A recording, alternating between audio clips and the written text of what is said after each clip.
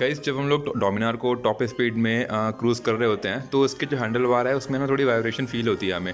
तो उस वाइब्रेशन की वजह से ना जो आगे वाला जो ये एरिया है प्लास्टिक वाला, इसमें भी हल्की सी कंपन सा, मतलब ऐसा लगता है जैसे हिल रहा हो, तो ये झन झन की आवाज़ें करता है। तो उसको कम करने के लिए ना मैं इसमें डबल टेप लगा रहा था। यहाँ पे इसके जो बीच में जो गैप होते हैं ना, इसके बीच में ना डबल टेप लगा रहा था। जैसे कि मैंने यहाँ पे ये लगा दिया है, यहाँ पे इसके बीच में, और ये यहाँ पे मैंने डबल टेप जो है लगा दिया है। सो इसकी वजह से क्या होगा कि ये जो वाला प्लास्टिक वाला पार्ट है ना, इस मेटल पार्ट से ज़्यादा मतलब फ्रिक्शन कम होगा इन दोनों के बीच में, और उसकी वजह से ये जो है आवाज़ नहीं करेगा। सो अभी ये जो है आवाज़ कर रहा था ऐसे करके, तो मैंने इसके बीच में गैप जो है रिड्यूस कर दिया है, तो अभी आवाज़ नहीं करेगा। तो फाइनली अब हुआ क्या मेरे साथ कि जब मैंने जो है इसका ये वाला अपना वाइज़र जो है मैंने इसमें से निकाला, इस चारों बोल्ट्स को खोल के, तो अभी मैं क्या देख रहा हूँ कि मतलब जो वाइज़र जो है हमारा जिस पे रुकता है, जैसे कि हमारे 4 बोल्ट्स हैं ये वाले 1 2 3 एंड 4। सो इसमें ना वाशर लगे होते हैं रबड़ के। सो मेरे हाथ में है ये वाशर, मैं दिखाता हूँ आपको। ये वाशर आपको सर्विस सेंटर से अवेलेबल हो जाएंगे, लेकिन अभी मैं क्या करूँ, मैं घर पे हूँ। सर्विस सेंटर मेरे यहाँ से अप्रॉक्स 60 किलोमीटर दूर है। तो अभी मैंने क्या फ़ील किया कि मैंने ये वाशर जो है ये मैंने इसमें से जो है नट निकाल दिया। सपोज दैट मैंने जो है इसके स्क्रू जो हैं, ये जो स्क्रू पड़े हुए हैं जो कि हमारे वाइज़र में लगते हैं यहाँ पे, वो मैंने स्क्रू जो है ढीले कर लिए।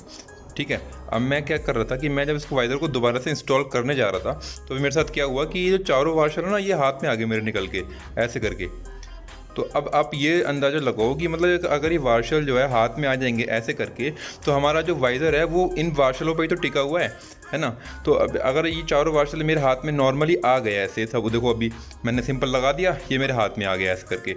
तो मान लो अगर हमारा वाइज़र टिका हुआ, तो हमारा वाइज़र जो है वो टिका हुआ तो इन्हीं चारों बोल्ट के ऊपर है ना, जैसे कि ये मैंने लगा दिया। अब मैं इनको स्क्रूज़ को टाइट कर दूंगा यहाँ पे।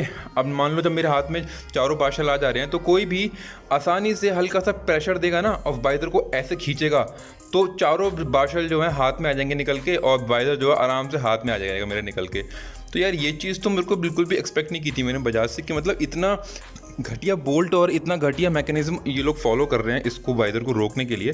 सिंपली आप देख सकते हो कि ये खाली हो गया यहाँ से, देखो बिल्कुल कुछ नहीं है इसके पीछे की। मतलब इसके पीछे मैं एक्सपेक्ट कर रहा था कि एक होल होगा जिसमें हमारा जो स्क्रू है वो टाइट होगा, लेकिन नहीं, वाशर की हेल्प से हमारा स्क्रू जो है टाइट हो रहा था, और ये वाशर ही हाथ में आ जा रहे निकल के। ये देखो यार, अब ये वाशर हाथ में निकल के आ जा रहे हैं, तो पूरा वाइज़र कोई भी बंदा जो है खींच वाइज़र को हल्के से पकड़ेगा, ऐसे खींचेगा, ऐसे करके खींचेगा और पीछे की तरफ निकल आएगा, पूरा वाइज़र हाथ में आ जाएगा। और अगर मान लो हम लोग क्रूज़ कर रहे हैं मतलब हाई स्पीड पे, तो ये वाइब्रेट होकर बाहर को निकल आए ऐसे करके, तो हमारा वाइज़र जो है गिर भी सकता है निकल के। तो यार अब मैं क्या कर रहा हूँ, मैंने अभी पता क्या किया, मैंने ये नीचे वाले जो 2 वाशर हैं इसके दोनों, मैंने क्या किया, मैंने डबल टेप जो है, ये वाला डबल टेप मैंने इन दोनों वाशर पे यहाँ पे लपेटा, इनके चारों तरफ से सराउंडिंग, और फिर मैंने इसको बड़ी मुश्किल से वाशर्स को अंदर की तरफ दबाया, और अंदर जाके डबल टेप की हेल्प से ये वाशर जो है, नीचे वाले वाशर जो है, ये दोनों अच्छे से चिपक गए हैं।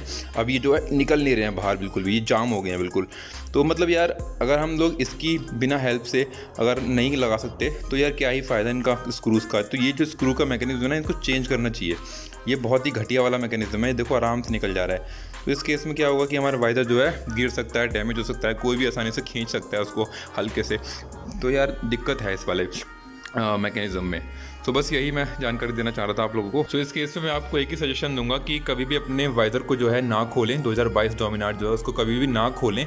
अगर खोल भी रहे हैं तो मैं तो ये सजेस्ट करूंगा आपको कि 3-4 जो वाशर है ना, वो सर्विस सेंटर से ऑलरेडी एडवांस में ही लेके रखें, ताकि आपको कोई भी ट्रबल फील ना हो।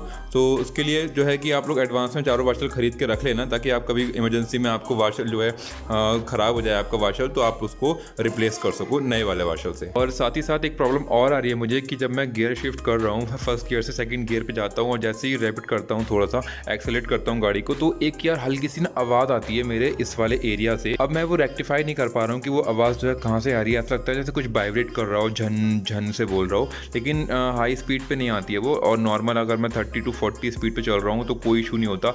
सपोज दैट मैं 70+ क्रूज़ कर रहा हूँ ना, और सेकंड गियर पे या थर्ड गियर पे शिफ्ट करता हूँ, जैसे ही मैं कोई भी गियर शिफ्ट करता हूँ तो और जैसे ही एक्सेलरेट करता हूँ, तो एक आवाज़ आती है यहाँ मीटर के साइड से झन झन की। अभी ये समझ नहीं आ रहा कि यार वो आवाज़ आ कहाँ से रही है। मैंने काफ़ी पॉइंट्स जो है नोटिस किए, यहाँ से आ सकती है, यहाँ से आ सकती है, लेकिन नहीं।